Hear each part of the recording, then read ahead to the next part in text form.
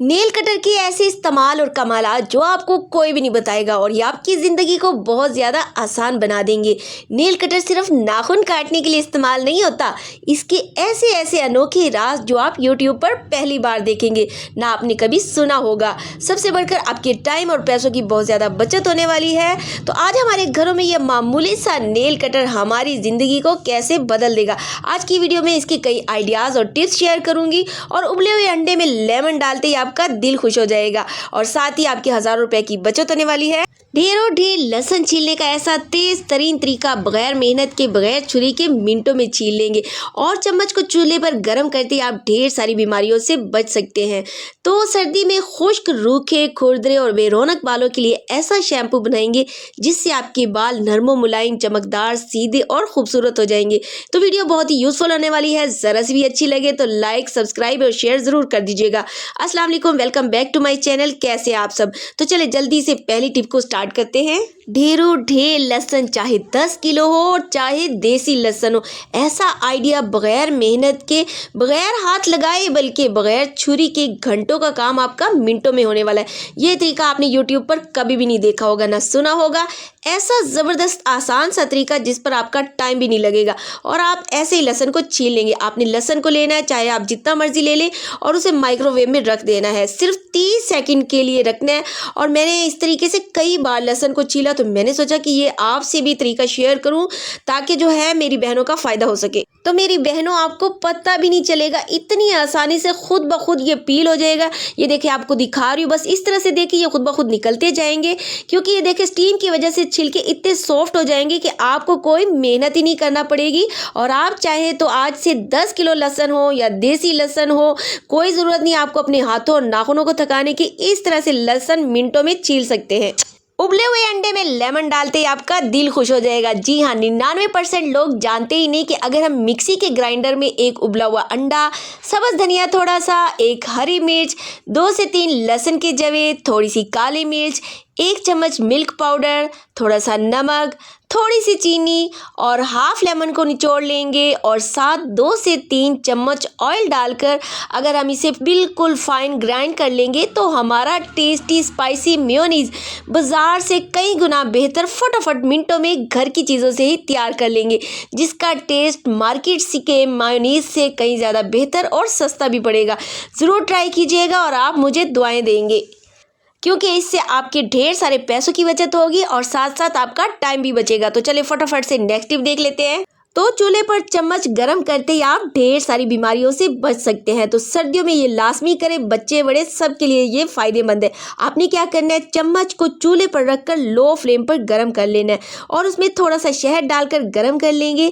साथ ही इसमें चुटकी काली मिर्च और थोड़ा सा नमक डालकर अगर आप इसे खा लेंगे ना सुबह या शाम को, तो अगर आपका सर्दियों में ठंड की वजह से गला ख़राब हो गया या खांसी बार बार हो रही है तो लगातार खांसी से भी फ़ौरन आराम आ जाएगा और आपका गला भी ठीक हो जाएगा क्योंकि ये बिल्कुल आजमूदा नुस्खा है।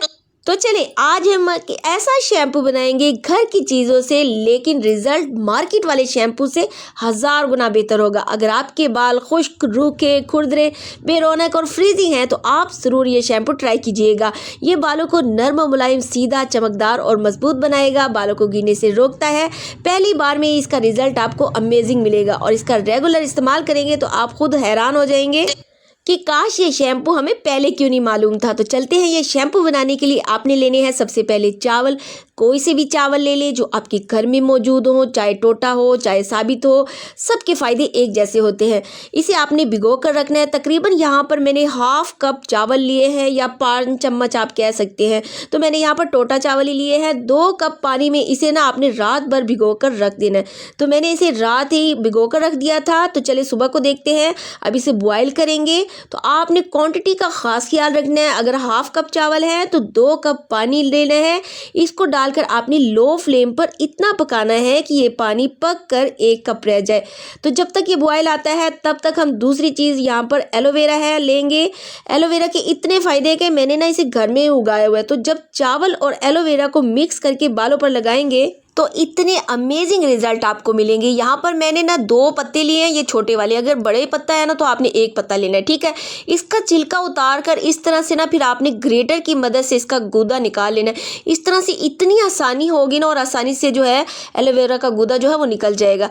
अगर फ्रेश एलोवेरा आपके पास अवेलेबल नहीं है ना तो आपने परेशान नहीं होना, मार्केट वाली एलोवेरा जेल भी आप यूज़ कर सकते हैं।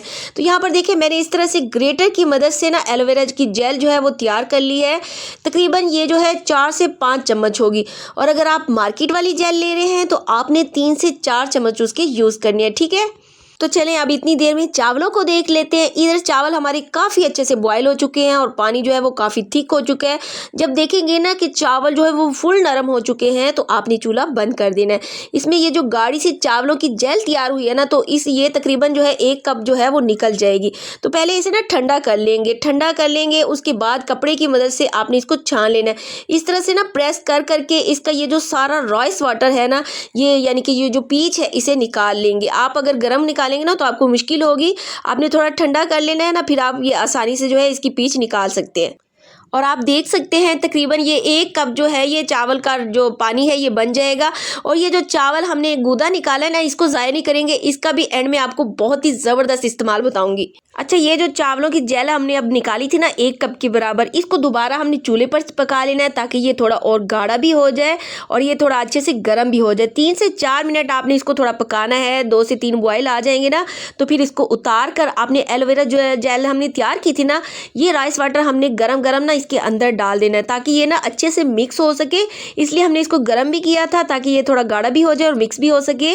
और ये राइस वाटर आपने गरम गरम ही एलोवेरा जेल में डालना है, ठंडा आपने इसमें नहीं डालना।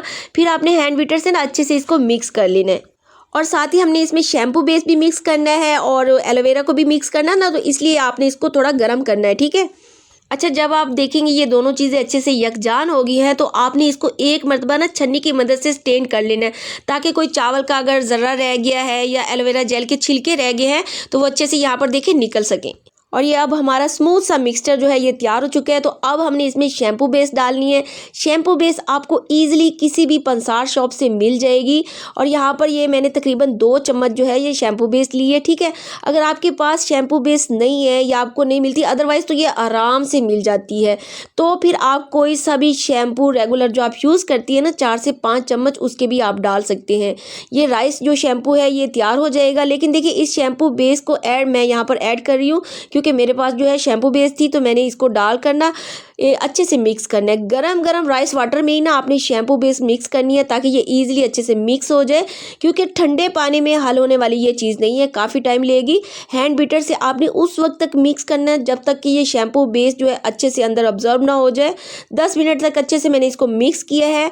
तो अभी इसमें हमने 2 चीज़ें और ऐड करनी है। यहाँ पर मैं ग्लिसरीन डाल रही हूँ 1 चम्मच, क्योंकि देखिए अगर बाल खुश्क और बेरौनक हैं तो ग्लिसरीन ज़रूर ऐड कीजिए, बहुत ज़्यादा बालों को ये फ़ायदा देगी। जिस तरह से ग्लिसरीन ड्राई स्किन को फ़ायदा देती है ना, इसी तरह से ये बालों को भी फ़ायदा देगी। ग्लिसरीन को भी आपने इसमें अच्छे से मिक्स कर लेना और इसमें फिर आपने 1 चम्मच कोकोनट ऑयल डालना है।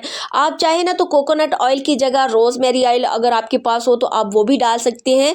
इससे ना खुशबू अच्छी आएगी और दूसरा ये बालों को नरम और मुलायम बनाने में ना मज़ीद हेल्प करेगा।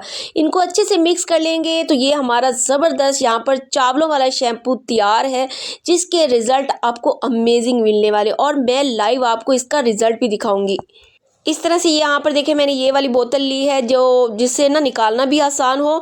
आप किसी भी बोतल में इसको जो है स्टोर करके रख सकते हैं। और आप ना कोशिश करें कि सिर्फ जो है 10 से 15 दिन तक का शैम्पू बनाएं और फिर नए सिरे से नया शैम्पू बनाएं, ठीक है। ये शैम्पू जो है ये 10 से 15 दिन चल जाएगा और ये भी मैं फ्रिज में रखूँगी। आपने कोशिश करना है इसको फ्रिज में रखना है और फिर 10 से 15 दिन बाद जो है नया शैम्पू बना लें। और मैं आपको इसकी झाग भी चेक करवाऊंगी। शैम्पू बेस इसीलिए इसमें डालते हैं ताकि जो है वो झाग अच्छे से बन सके। ये देखिए इसका टेक्सचर चेक करें कितना ऐसे नरम मुलायम है और लाइव आपको इसका रिजल्ट भी दिखाऊंगी। आफ्टर बिफोर आप देख सकते हैं कितने शाइनी नरम मुलायम बाल हो जाएंगे। यहाँ पर इस तरह से लगाकर आपने वॉश कर लेना है। सबसे बेस्ट शैम्पू है, इसके रिजल्ट अमेजिंग है। ये DIY शैम्पू मार्केट से कई गुना बेहतर है। अच्छा, अभी कुछ लोगों को डाउट होगा कि अगर सर में तेल है या मैल है तो जी ये तेल को भी अच्छे से साफ करेगा और सर को भी अच्छे से साफ करेगा। अच्छा जी, इस शैम्पू में जो उबले हुए चावल हमने रखे थे ना, तो मैं कहती हूँ ये बहुत ही ज़्यादा फायदेमंद है। अगर आप पूरी सर्दियाँ इसको लगा लेंगे, फेस वॉश और साबुन पर पैसे खर्च ना करें। आपका फेस अगर ड्राई है, डैमेज है, ये इस्तेमाल करना है। इसमें बहुत ही सस्ते से 2 इंग्रेडिएंट डालेंगे। इन चावलों को हमने ज़ाया नहीं करना। इसे आपने जो है मिक्सी के जग में डाल देना है और इसमें आपने डालना 1 चम्मच हनी, 1 लेमन ग्राइंड कर लेना है और 2 चम्मच आपने पानी डालकर ना इसको मिक्स करके ग्राइंड कर लेना है।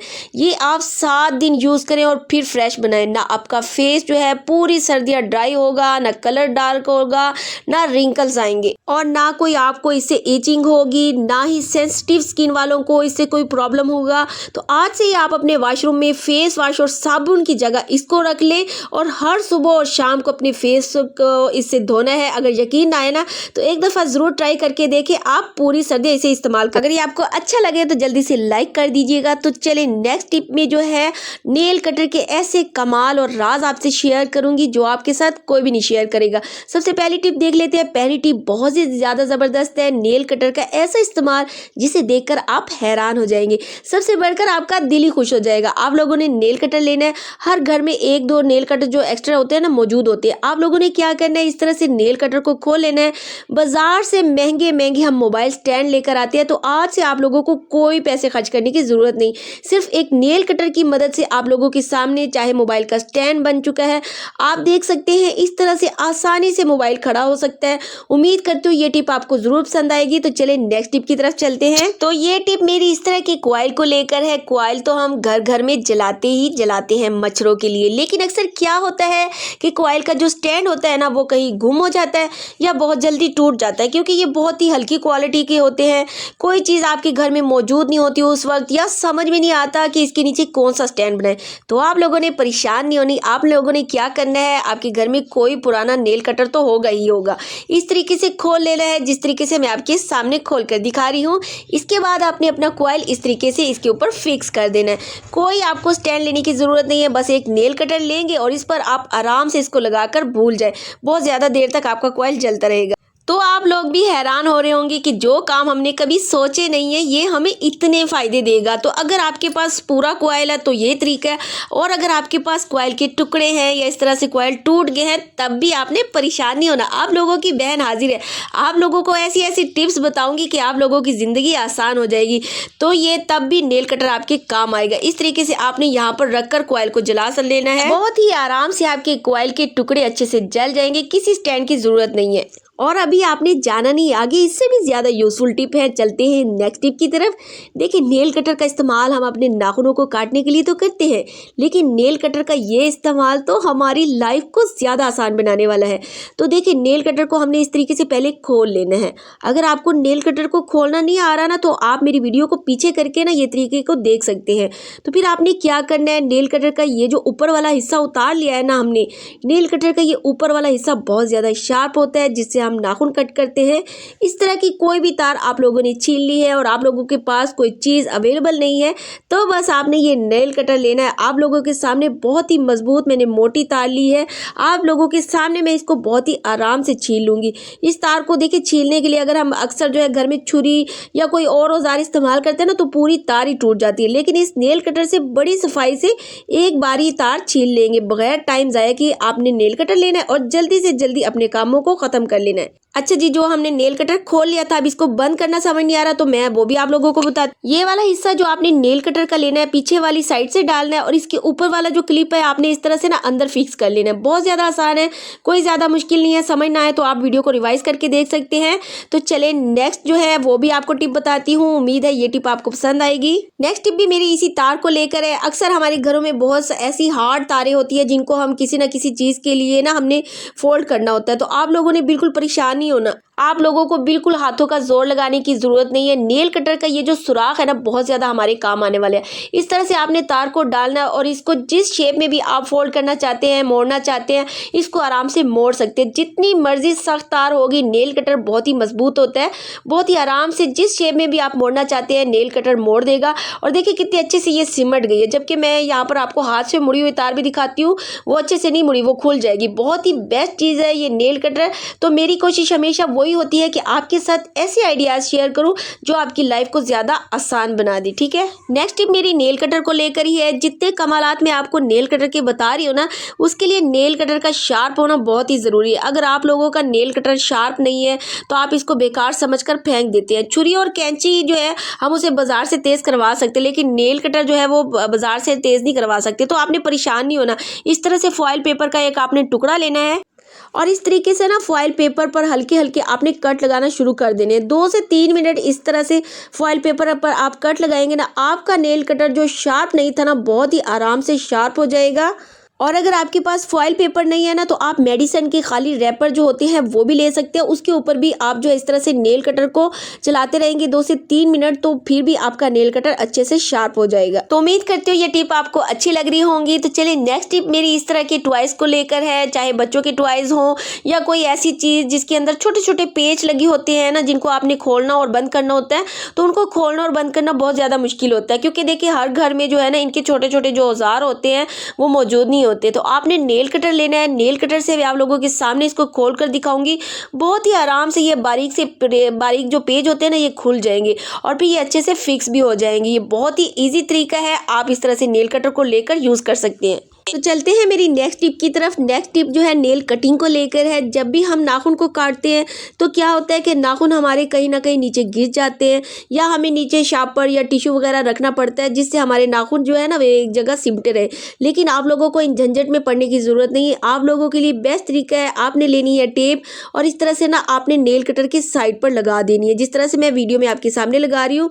अगर आप लोगों ने नाखूनों को महफूज करना तो ये बात याद रखें, हम नाखून काट कर जगह जगह फेंक देते हैं, चाहे डस्टबिन में भी फेंक देते हैं, तो आप लोगों ने कभी भी नहीं फेंकना। घर में ये बीमारियां लेकर आता है। जब भी आप नाखून को काटते हैं इस तरह से काटना है, जितने भी आप नाखून काटेंगे कोई नाखून आपका नीचे नहीं गिरेगा, कोई आपको नीचे टिश्यू या शार्पर रखने की ज़रूरत नहीं, आप लोगों को सफाई करने की भी ज़रूरत नहीं पड़ेगी।